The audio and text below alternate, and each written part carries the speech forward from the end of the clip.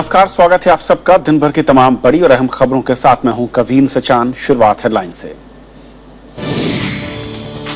वित्त मंत्री ने कहा, काले धन मामले में 60 खाताधारकों पर मुकदमा।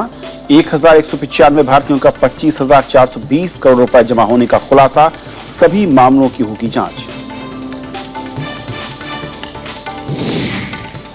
नीतीश कुमार और जीतन राम मांझी ने राज्यपाल के सामने कराई विधायकों की परेड। जेडीयू ने मांझी को किया निष्कासित।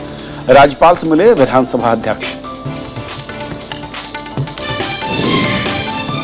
नक्सल पीड़ित इलाकों में खर्च होंगे 11,000 करोड़ रुपए। केंद्रीय गृह मंत्री का राज्यों और केंद्रीय सुरक्षा एजेंसियों के समन्वय पर जोर।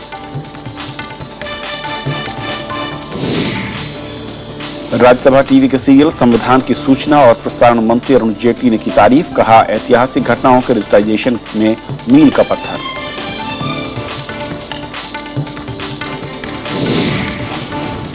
और दिल्ली विधानसभा की सभी 70 सीटों पर मतगणना कल। परिणामों में पर देश भर की होंगी निगाहें। राज्यसभा टीवी पर सुबह 7 बजे से विशेष कवरेज।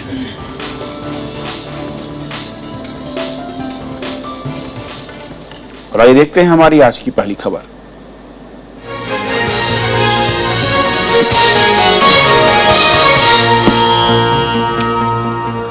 सरकार ने विदेशों में जमा काले धन के मामले में 60 खाताधारकों के खिलाफ मुकदमा शुरू किया है और 350 खाताधारकों से जुर्माना वसूलने की कार्रवाई भी शुरू की हो चुकी है। वित्त मंत्री की ओर से यह बयान इंडियन एक्सप्रेस में छपी खबर के बाद आया, जिसमें दावा किया गया है कि 1195 भारतीयों का 25,420 करोड़ रुपए का काला धन स्विट्जरलैंड के HSBC बैंक में जमा है। उधर काले धन की जांच कर रही एसआईटी ने नए नामों की भी जांच कराने की बात कही है।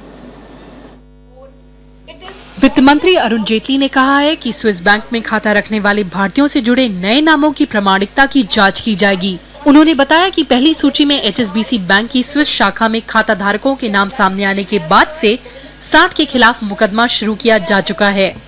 350 के करीब की असेसमेंट पूरी हो चुकी है। बाकियों की असेसमेंट जो है वो 31 मार्च 2015 तक पूरी हो जाएगी। तो हम ऑलरेडी फरवरी में हैं। कानून के मुताबिक हर एक के संबंध में जो कार्रवाई की जाएगी वो की जाएगी। वित्त मंत्री ने कहा कि इंडियन एक्सप्रेस में छपी सूची में से ज्यादातर के बारे में सरकार को पता है। उन्होंने कहा कि सरकार ने काले धन का पता लगाने के लिए पिछले 6-7 महीने में तेजी से प्रयास किए हैं। आज जो डिटेल्स आई हैं, इसमें अधिकतर नाम वही हैं जो भारत सरकार के पास या रेवेन्यू विभाग के पास पहले से है। सवाल नामों का नहीं है, नामों के साथ साथ उन नामों के अकाउंट्स की एविडेंस।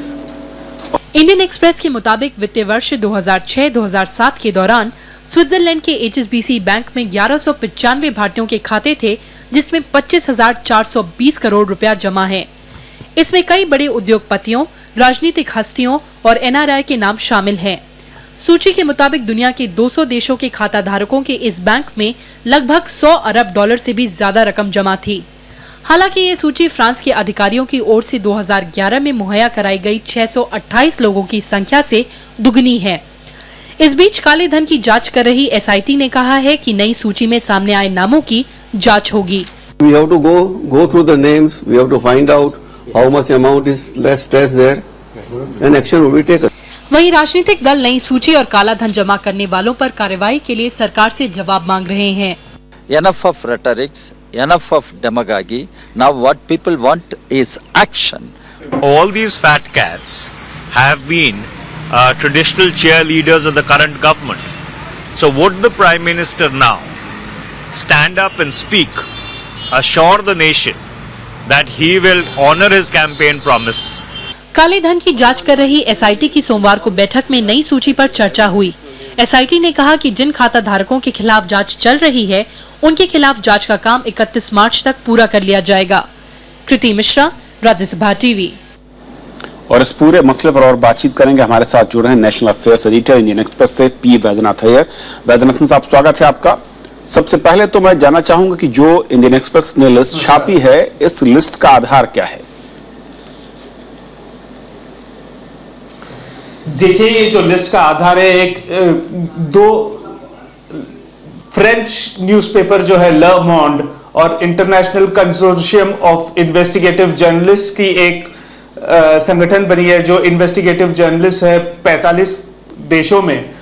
ये सारे लोगों के पास ये सूचना गई हुई है कि ये जो लिस्ट शेयर किया गया है एचएसबीसी के किसी फॉर्मर एग्जीक्यूटिव ने, तो ये सबके पास दिया गया है। इस पे काम पिछले 3 महीनों से इंडियन एक्सप्रेस में भी काम चल रहा है और साथ ही साथ सारे अखबार, गार्डियन जैसे हो गए, लेमोंड हो गया फ्रांस में, गार्डियन हो गया यूके में, और काफी अखबार बाकी देशों में भी आज की तारीख में लोगों ने यह सूचना दी है अबाउट कि कितने करोड़, जैसे अभी बताया गया था कि $1000 बिलियन 2006-2007 में बैलेंस पाया गया है ये अकाउंटों में। तो इंडिया के जो नाम है, जो अभी 628 से बढ़कर हमने पहली बार खुलासा किया है, 1195 जो अकाउंट्स हैं जिनके डिटेल्स हमारे अखबार के पास है, तो इनमें टोटल अमाउंट अभी है आधार इसलिए पूछा करोड़ के करीब,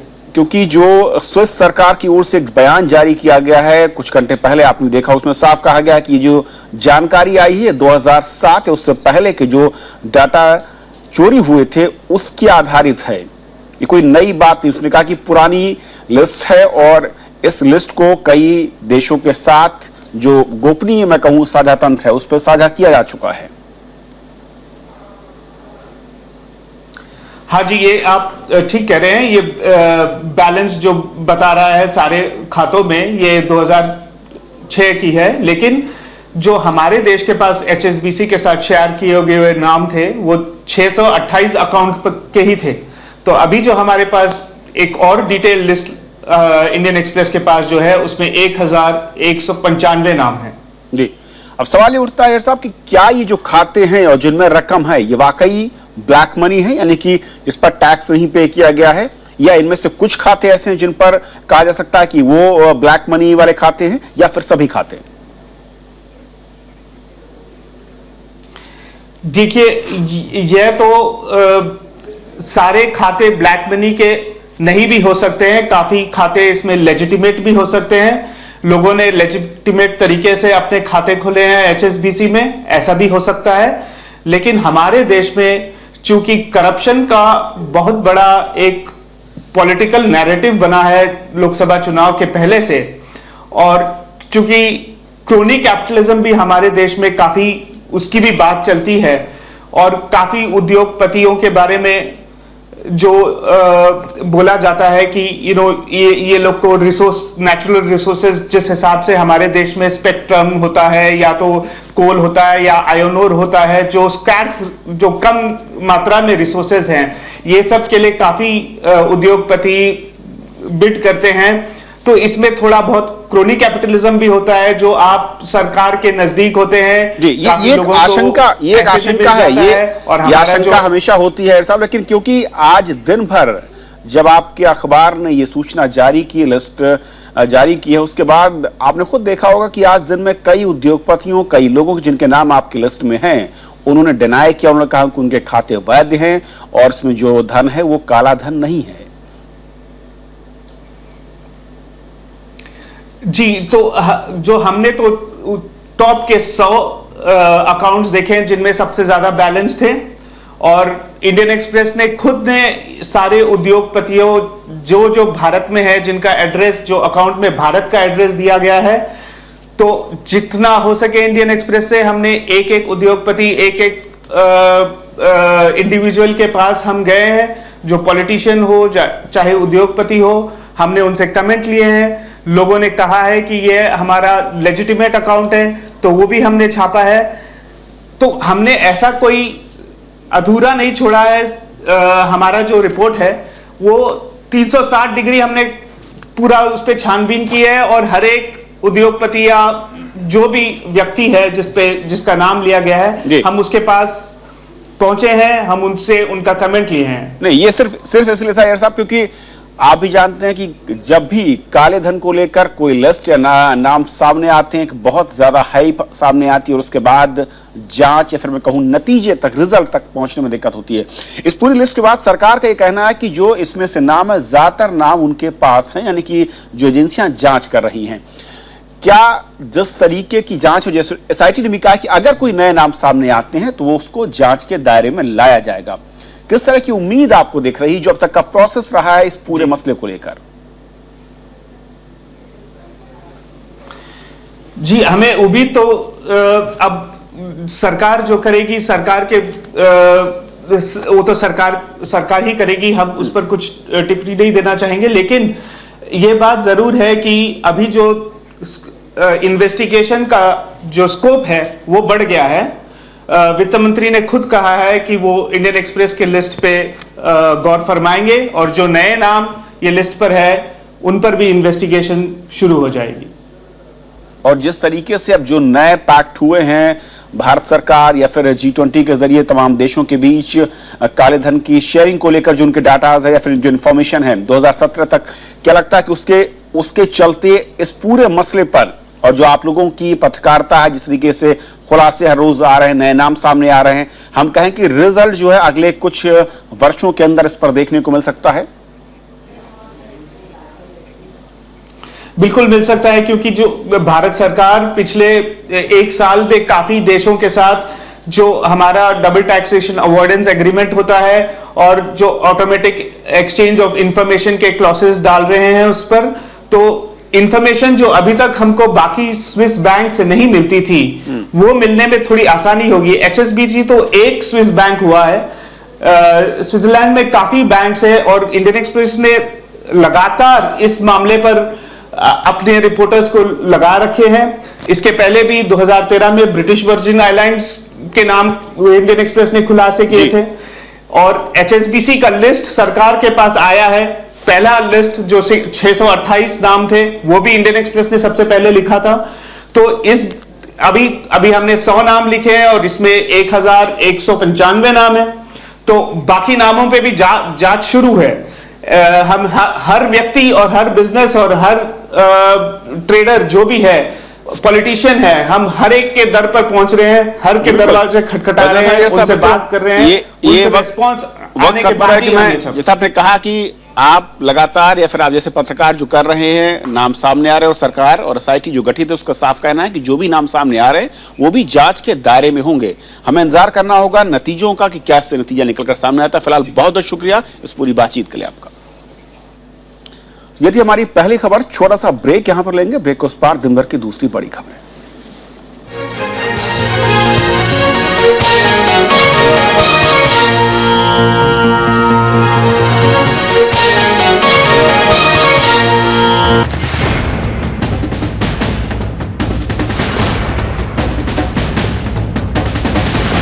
दिल्ली का चुनाव परिणाम, एक एक सीट पर रुझान और नतीजे, सुलझे विश्लेषण, सटीक अनुमान, राज्यसभा की टीम देगी पल पल की खबर।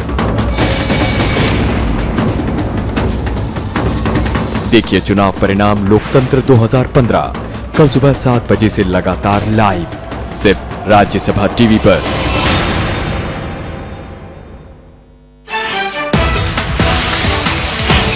Hello and welcome to India's World. Economic policies are now being literally decided not in Athens. See, ultimately there is no such thing as a free lunch.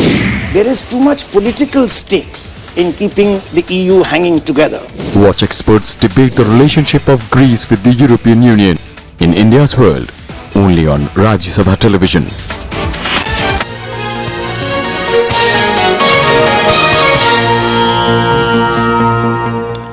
और अब बात बिहार की, जहां पर सत्तारूढ़ जेडीयू में भले ही विधायक दल का नेता बदल दिया हो, लेकिन मुख्यमंत्री की कुर्सी के लिए खींचतान जारी है। जेडीयू विधायक दल के नेता नीतीश कुमार और मुख्यमंत्री जीतन राम मांझी ने आज राज्यपाल से मुलाकात कर अपना दावा पेश किया। पार्टी से निष्कासित मुख्यमंत्री जीतन राम मांझी ने इस्तीफा देने से इनकार कर दिया और सबके बीच राज्यपाल ने विधानसभा अध्यक्ष से मिलकर ताजा हालात पर चर्चा की। बिहार में सियासी घमासान के बीच जेडीयू विधायक दल के नेता नीतीश कुमार ने राज्यपाल केसरीनाथ त्रिपाठी से सोमवार को मुलाकात कर सरकार बनाने का दावा पेश किया। उन्होंने राज्यपाल को 130 विधायकों के समर्थन का पत्र भी सौंपा। नीतीश कुमार ने आरजेडी, कांग्रेस, सीपीआई और कुछ निर्दलीय विधायकों के समर्थन का भी दावा किया। जनता दलयू विधानमंडल दल ने नया नेता चुन लिया और जिसका समर्थन आरजेडी ने, कांग्रेस पार्टी ने, सीपीआई ने और एक निर्दलीय विधायक ने किया।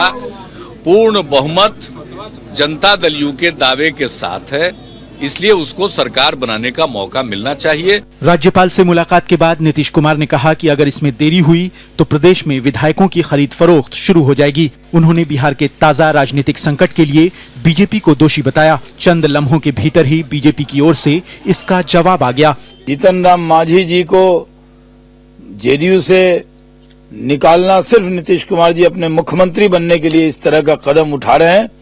बिहार की जनता इसको देख रही है और इसका जवाब उनको चुनाव में मिलेगा। इससे पहले जीतन राम मांझी ने भी राज्यपाल से मुलाकात की। शाम 3 बजे जीतन राम मांझी राज्यपाल से दोबारा मिले। मुलाकात के बाद उन्होंने कहा कि वो शक्ति परीक्षण के लिए तैयार हैं। कि सीक्रेट बैलेट से वोटिंग हो और वोटिंग जिस समय हो उस समय, गिनती जिस समय हो उस समय दोनों दल के एक पर्यवेक्षक वहां पर रहेंगे और वहां पर जो फैसला हो जाएगा उसको हम मान्य करेंगे। तिथि का निर्धारण माननीय महामहिम राज्यपाल करेंगे। सियासी घमासान के बीच जेडीयू ने जीतन राम मांझी को पार्टी विरोधी गतिविधियों के आरोप में सोमवार को निष्कासित कर दिया। राज्यपाल ने विधानसभा अध्यक्ष उदय नारायण चौधरी को शाम को बुलाकर ताजा हालात पर चर्चा की।